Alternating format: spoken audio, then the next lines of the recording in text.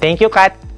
Hi, I'm Architect Migs Camilon from Innovation and Design Group, Opcore RBG.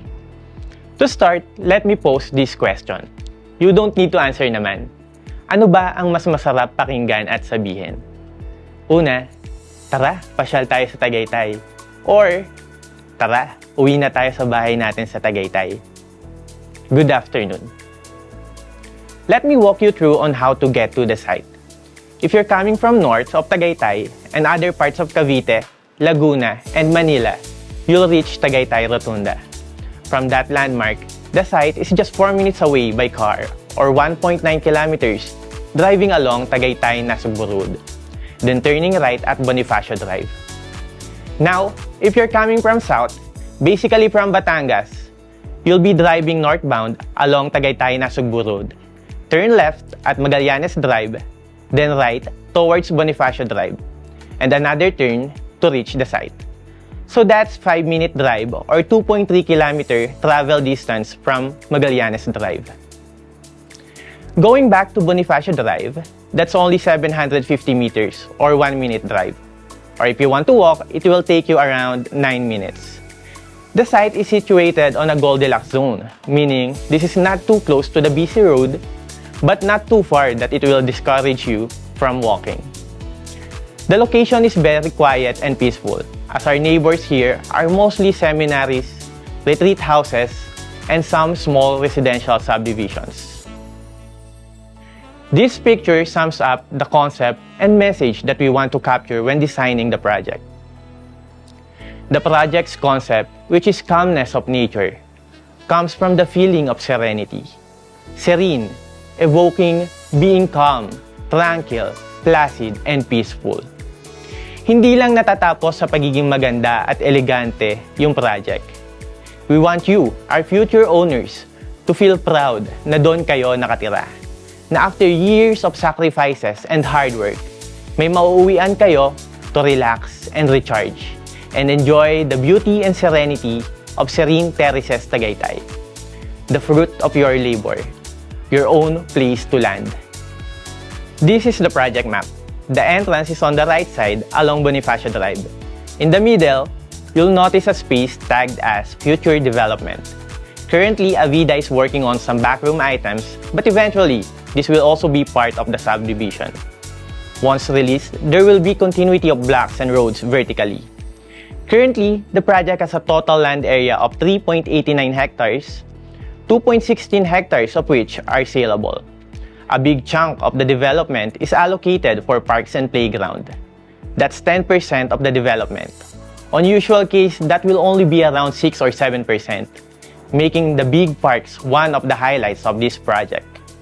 We have 219 total number of units, where the average lot size is around 119 square meters for end unit and 78 square meters for inner units.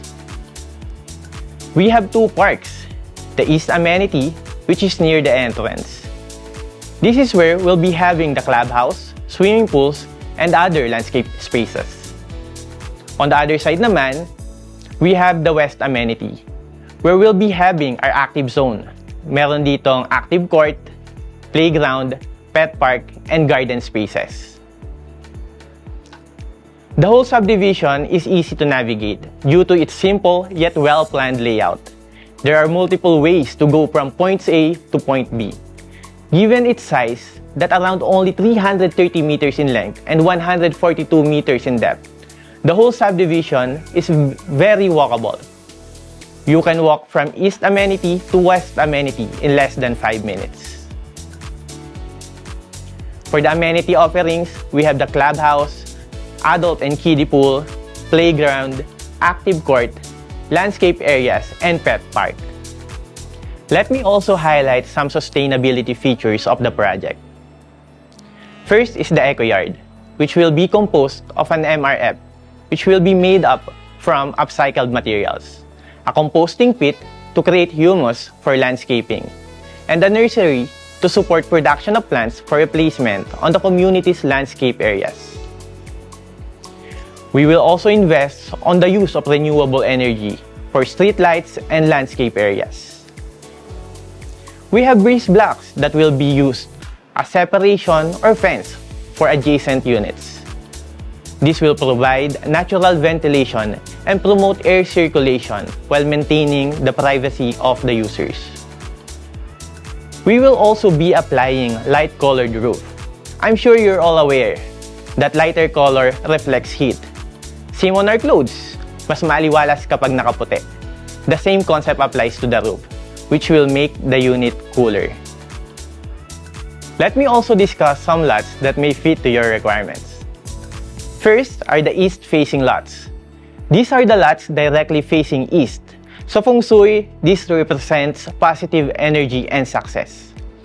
These are the lucky lots for new beginnings.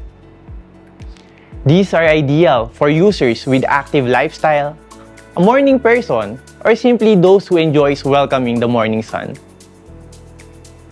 Another benefit of these lots, given the house orientation from east to west, is that installing solar panels on the roof can be highly efficient. You can capture more sunlight and convert it to free energy. In total, we have 72 east-facing lots.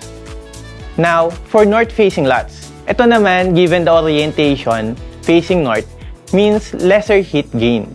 In a sense, these are cooler part of the development.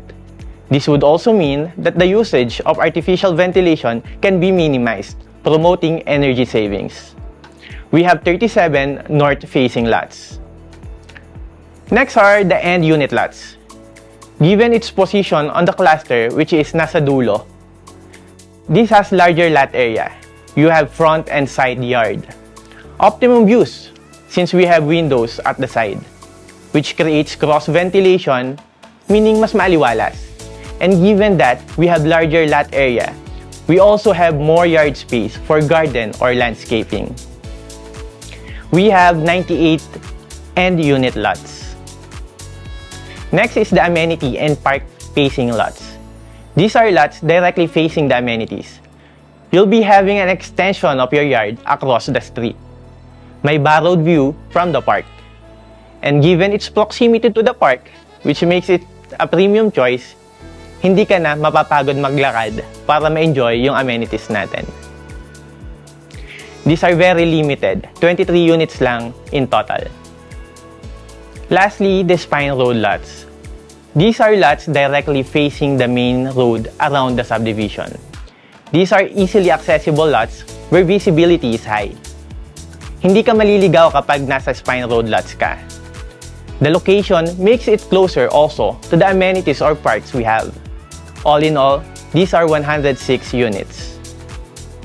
Now, focusing on the product, yung house na mismo yung pag-usapan natin.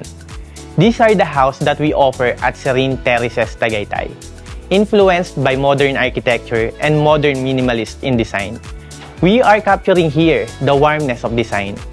Very timeless, homey, inviting. So here are some night shots. Another view highlighting the inner unit on a cluster of 5.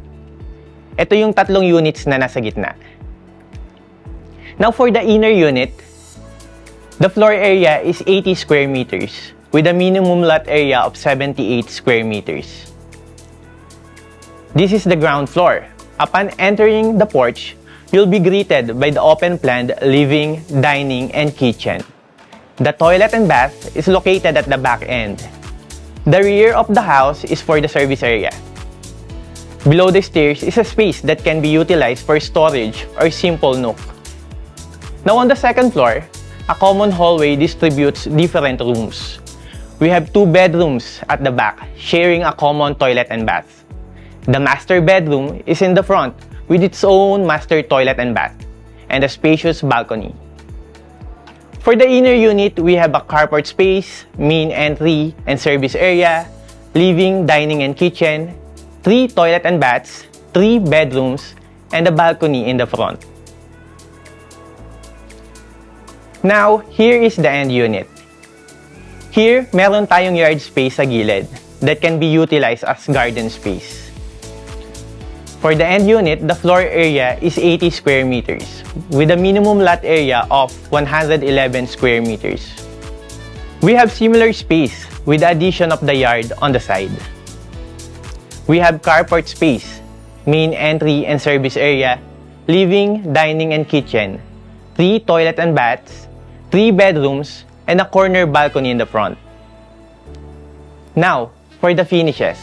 On the ground floor, we will be applying porcelain tiles.